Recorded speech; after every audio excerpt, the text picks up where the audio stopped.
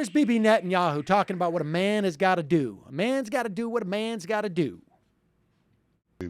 Am I worried that this will have an effect? Of course it does. But, you know, at a certain point, you say, what choice have you got? What would you do? What would you do if American cities, where you're sitting now, Brian, would be rocketed, would absorb hundreds of rockets? You know what you'd say? You'd say to your leader, a man's got to do what a man's got to do, and you'd say a country's got to do what a country's got to do. Now, here's what I always love about this framing of what would you be doing, Brian Williams, if your country was being attacked with these rockets? Maybe Brian Williams would go to his leader and say, hey, a man's got to do what his man's got to do. Is it a good idea for us to be occupying these people? That's one response of which a man could take. I mean, I would have loved to have seen Brian Williams say, well, let me put the question back on you, Netanyahu. What would you guys do in Israel if you were occupied?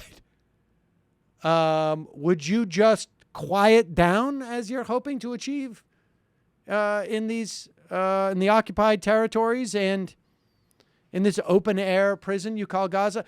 Look, remember something this is very important to remember. Hamas is empowered because the Israelis wanted to empower Hamas.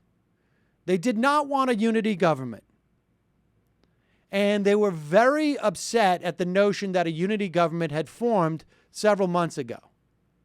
Not even several months ago, a couple of months ago, where essentially Hamas had basically said to Fatah, okay, you're in charge now. And so Bibi Netanyahu is getting exactly what he wanted. But the idea that this is somehow you're manning up, yeah, it's a problem to the children, yeah, but of course a man's got to do what a man's got to do. You got to kick the dog, you kick the dog. Unbelievable. Unbelievable.